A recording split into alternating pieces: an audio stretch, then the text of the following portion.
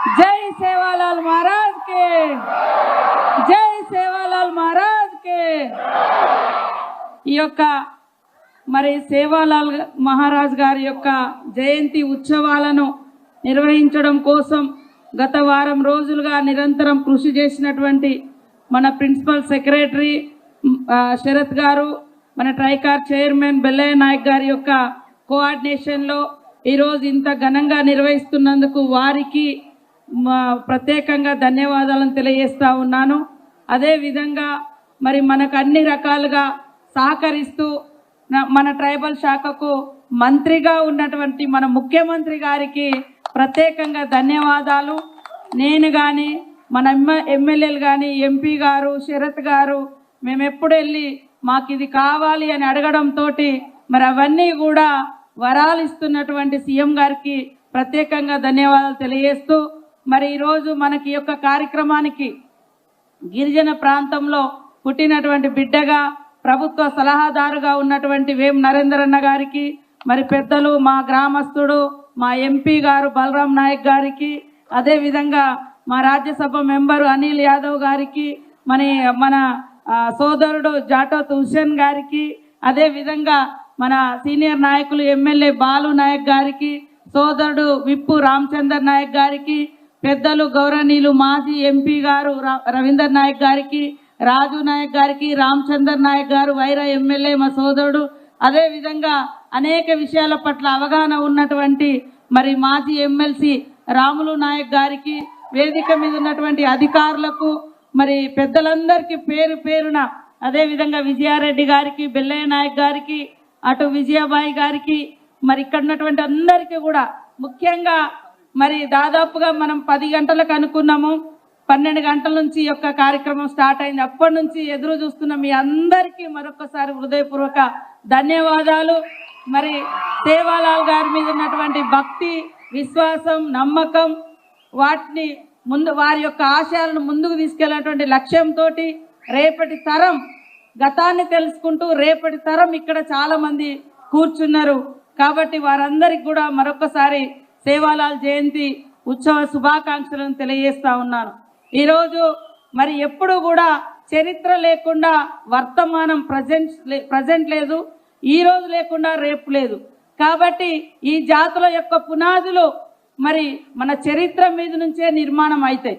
కాబట్టి ఎప్పుడు కూడా ముందు చూపే కాదు, వెనుక నుంచి కూడా గతాన్ని కూడా తెలుసుకున్నప్పుడు ఆ క్రమం నుంచే మనకు సేవాలాల్ గారు ఇచ్చినటువంటి శాంతి బోధనలు, అదేవిధంగా సౌభాతృత్వం, సమానత్వం, ఎదుటి వారిని గౌరవించడం, అహింస, ఇలాంటి అనేక బోధనలు చేసి సమాజ శాంతి కోసం, బంజారా జాతి అభివృద్ధి కోసం, మరి ఎక్కడ ఇల్లు కట్టుకుంటే వాస్తును కూడా ఆనాడే ఆయన చెప్పిండంటే మరి ఎంత గొప్ప మేధావి మనం అర్థం చేసుకోవచ్చు. కాబట్టి ఎప్పుడు కూడా పూర్వంలో మన జాతుల కోసం పనిచేసినటువంటి పూర్వీకుల యొక్క చరిత్రను తెలుసుకొని భవిష్యత్ తరాలకు అందించడమే మనం మహనీయులకు ఇచ్చేటువంటి గొప్ప నివాళి అని కూడా ఈరోజు ఈ సందర్భంగా తెలియజేస్తా ఉన్నాను. ఈరోజు పిల్లలు కూడా చాలా పెద్ద ఎత్తున వచ్చిర్రు. ఈరోజు పాశ్చాత్య సంస్కృతి రకరకాలుగా మనల్ని లాక్కపోతుంటుంది. నేను ఎక్కడికి వెళ్ళినా, ఆదివాసీ గూడాలకి వెళ్ళినా, తండలకు వెళ్ళినా, ఎక్కడ పండుగలకు వెళ్ళినా ఒకటే చెప్తా, నువ్వు ఎంత ఎత్తుకైనా ఎదుగు, అది రాజకీయంగా ఎదుగు, ఆర్థికంగా ఎదుగు, లేదా ఎంత గొప్ప ఆఫీసర్ అన్నగా, కానీ నీ జాతి మూలాలు, నీ వేషం, నీ భాష, నీ రూపు, ఇవి మాత్రం ఖచ్చితంగా మర్చిపోవద్దు. మూలాలను మర్చిపోవద్దు. మూలాలను మర్చిపోతే అస్తిత్వం కోల్పోయినట్టే. అస్తిత్వం కోల్పోతే హక్కుల గురించి మాట్లాడే అవకాశం, అధికారం మనకు ఉండదు. కాబట్టి ఖచ్చితంగా కనీసం పండగల రోజు, కనీసం ఇట్లా మహనీయుల గురించి మాట్లాడుకునే రోజైనా మన జాతుల యొక్క గొప్పతనాన్ని వేషధారణ రూపంలో, సాంస్కృతిక కార్యక్రమాల ద్వారా, పాటల ద్వారా, ఆటల ద్వారా, మాటల ద్వారా కూడా ఉండాలి. సేమ్ టైంలో ఇళ్ళల్లో కూడా భాషను మాట్లాడుకోవడం అనేది కొనసాగించాలి. చాలామంది చెప్పుకోవడానికి ఇన్ఫీరియర్గా ఫీల్ అవుతారు, మేము ఇది కాదు అని. కానీ ఎప్పుడు కూడా మనం పుట్టి పెరిగినటువంటి ప్రాంతాలు, మనం పుట్టినటువంటి కులాల, జాతుల పేర్లు చెప్పుకోవడంలో తప్పు లేదు. అది ఉంది, ఆ జాతుల పేరు చరిత్రలో లేదా రికార్డులలో ఉంది కాబట్టే ఈరోజు ఈ రిజర్వేషన్స్ వచ్చినాయి. ఆ రిజర్వేషన్ ద్వారా మనం ఎదుగుతాం, కానీ మన కులం చెప్పుకోము, మనం పుట్టి పెరిగిన ప్రాంతం చెప్పుకోము. ఇది నిజంగా మరి రేపు భవిష్యత్తులో ఆ యొక్క అస్తిత్వానికి దెబ్బతీసినటువంటి వాళ్ళం అవుతాం. ఇక్కడ మరి ఎంతోమంది శరత్ గారు కానీ, ఐఆర్ఎస్ బలరాం నాయక్ గారు కానీ, అదేవిధంగా సిఈ గారు మోహన్ నాయక్ గారు కానీ, ఇట్లా ఒక ఉన్నత స్థానంలోకి వచ్చినటువంటి లీడర్స్ అంటే అధికారులు. మనం ఎప్పుడూ కూడా మళ్ళీ సమాజానికి లేదా ఊర్లకు, మనం పుట్టి పెరిగినటువంటి ప్రాంతాలకు ఖచ్చితంగా కొంత వెనుకకి ఇవ్వాలి. మనం ఎదుగుతాం, కానీ మనతో పాటు ఉన్నటువంటి మన గూడాలు, తండలు, పల్లెలు ఏవైతే ఉంటాయో అక్కడి కూడా మనం సంపాదించిన దాంట్లో కొంత సేవను చేయాలి. ఆ సేవా మార్గమే ఈరోజు సేవాలాల్ మహారాజ్ గారు మనకు బోధించడం జరిగింది. విద్వేషం కాదు, శాంతి కావాలి, అందరినీ సమానత్వంతో ఎదగడానికి సహకరించాలని. కాబట్టి మనం ఎన్ని కోట్లు, ఎన్ని వేల కోట్లు సంపాదించడం అనేది కాదు, మనం ఎంత శాంతితో, ఎంత ఫ్రెండ్లీగా అందరినీ మనతో నడిపిస్తున్నాం అనేది కూడా వారి బోధనలలో, మరి సేవాలాల్ మహారాజ్ గారి యొక్క బోధనలలో, ఆయన యొక్క టీచర్స్లో ఉంది. కాబట్టి ప్రతి ఒక్కరం కూడా అది ఫాలో కావాలని కోరుకుంటూ, ఈరోజు రాష్ట్ర ప్రభుత్వం తప్పకుండా ఇప్పుడే మన శరత్ గారు ఒక 1 year ప్రణాళిక నివేదిక చదవడం జరిగింది. మొట్టమొదటిసారి ఎస్సీ ఎస్టీ సబ్ ప్లాన్ పెట్టింది కాంగ్రెస్ ప్రభుత్వం, ఐటీడీఎల్ తీసుకొచ్చింది కాంగ్రెస్ ప్రభుత్వం. కాబట్టి గత కొన్ని సంవత్సరాలుగా ఈ సబ్ ప్లాన్కు నిధులను పక్కదారి పట్టించిరని, గత సంవత్సరం 17,000 కోట్లకు పైగా ఎస్టీలకు స్పెషల్ డెవలప్మెంట్ కేటాయించి తండాలల్లో, గూడాలల్లో, పల్లెలలో, దళిత వాడలలో, అన్ని ఏరియాలలో రోడ్ల నిర్మాణానికి సీఎం గారు, డిప్యూటీ సీఎం గారు కూడా అత్యధికంగా నిధులు ఇవ్వడం జరిగింది. అది ఆల్రెడీ వర్క్ స్టార్ట్ అవ్వడం జరిగింది. కాబట్టి ఇక్కడ ఉన్నటువంటి అనేక మంది మేధావులు కావచ్చు, పిల్లలు కావచ్చు, మీరు ఊర్లలో, తండాలలో, పల్లెలలో చూసినప్పుడు ఎలా చేస్తే బాగుంటుంది అనేటువంటి సలహాలను కూడా మాకు ఇవ్వండి, ఇక్కడ ఉన్నటువంటి పెద్దలకు ఇవ్వండి.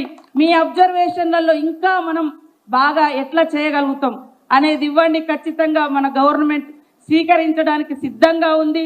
తప్పకుండా మరి ఇందాక రాముల్ నాయక్ గారు చెప్పినట్టుగా, పెద్దలు చాలామంది అడ్వైజ్ చేసినట్టుగా నెక్స్ట్ ఇయర్లో మరి పెద్ద ఎత్తున మనం నిర్వహించుకోవడం కోసం, ఇక్కడ వాస్తవానికి చిన్నగా అయిపోయింది కాబట్టి బయట ఒక పెద్ద ఎత్తున కార్యక్రమం సేవాలాల్ మహారాజ్ గారి యొక్క జయంతి ఉత్సవాలు నిర్వహించుకోవడం కోసం మీరు చెప్పినటువంటి విన్నపాన్ని మనమందరం సీఎం దృష్టికి తీసుకెళ్ళి తప్పకుండా అది ఇంప్లిమెంటేషన్ అయ్యే విధంగా, అదేవిధంగా భాష కూడా 8th షెడ్యూల్లో చేర్చే విధంగా, ఇక్కడి నుంచి అసెంబ్లీకి వచ్చే విధంగా కూడా మరి ముఖ్యమంత్రి గారి దృష్టికి తీసుకెళ్తామని తెలియజేస్తూ, పెద్ద ఎత్తున తరలి వచ్చి సేవాలాల్ జయంతి ఉత్సవాలలో పాల్గొన్న మీ అందరికీ నమస్కారాలు. చాలా విషయాలు అందరూ చెప్పడం జరిగింది కాబట్టి ఇక మిమ్మల్ని ఎక్కువసేపు కూర్చోబెట్టదలుచుకోలేదు.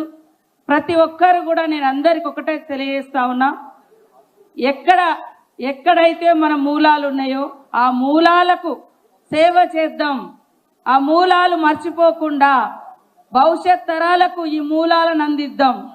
కానీ అభివృద్ధిలో భాగస్వాములు అయిదాం, అన్ని రకాలుగా అభివృద్ధి చెందుదాం. కానీ ఈ యొక్క జాతుల యొక్క మూలాలను మాత్రం మర్చిపోకూడదు అనేదే నేను ఈ సందర్భంగా, ఎందుకంటే 286 సంవత్సరాలుగా ఈ యొక్క మన సేవాలాల్ మహారాజ్ గారి యొక్క జయంతి నడుపుతున్నామంటే మరి వారి యొక్క ఆయన ఎవరు మనకు డైరెక్ట్గా పరిచయం లేదు. ఎవరికైనా పరిచయం ఉందా? లేదు. ఎందుకంటే కలుసుకునే అవకాశం, ఆయన 286 సంవత్సరాల క్రితం పుట్టిండు. కానీ ఈరోజు ఆయన చేసిన మంచి కార్యక్రమం, ఆయన చేసినటువంటి బోధనలు, ఆయన చెప్పినటువంటి విలువైనటువంటి సందేశాన్ని మనం ఈరోజు పాటించాలని బోధన చేస్తున్నాం. కాబట్టి ప్రతి ఒక్కరి జీవితంలో ఒక లక్ష్యాన్ని పెట్టుకొని ఈ సమాజానికి నేను ఏమి ఇవ్వాలి, ఈ సమాజంలో అభివృద్ధిలో నేను ఎలా భాగస్వాములం కావాలి.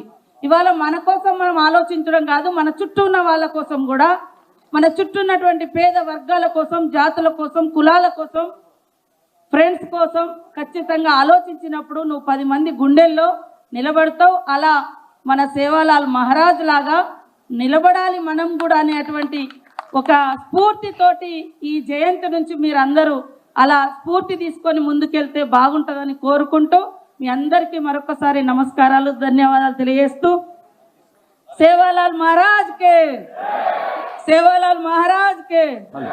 మా అనిల్ సోదరుడు ఒక్క నిమిషం మాట్లాడలేదు, సారీ చెప్పు, ఒక్క నిమిషం. ఎక్కువ సమయం తీసుకోకుండా నేను కూడా ఒకే మాట చెప్తున్నా. వేమన్న గారు మాట్లాడారు, సీతక్క గారు మాట్లాడారు. జై బోలో సేవాలాల్ మహారాజ్ కి, జై బోలో సేవాలాల్ మహారాజ్ కి. దయచేసి డిపార్ట్మెంట్ తరఫున గౌరవనీయులైన మంత్రి గారు, గౌరవనీయులైన అడ్వైజర్ గారు, గౌరవనీయులైన ఎంపీలు, ఎమ్మెల్యేలు సన్మానించేస్తారు. గురువులు మన బంజారా గురువులు భగవాన్ నాయక్ గారు, జయరాం గురుస్వామి గారు, భోజ్య మహారాజ్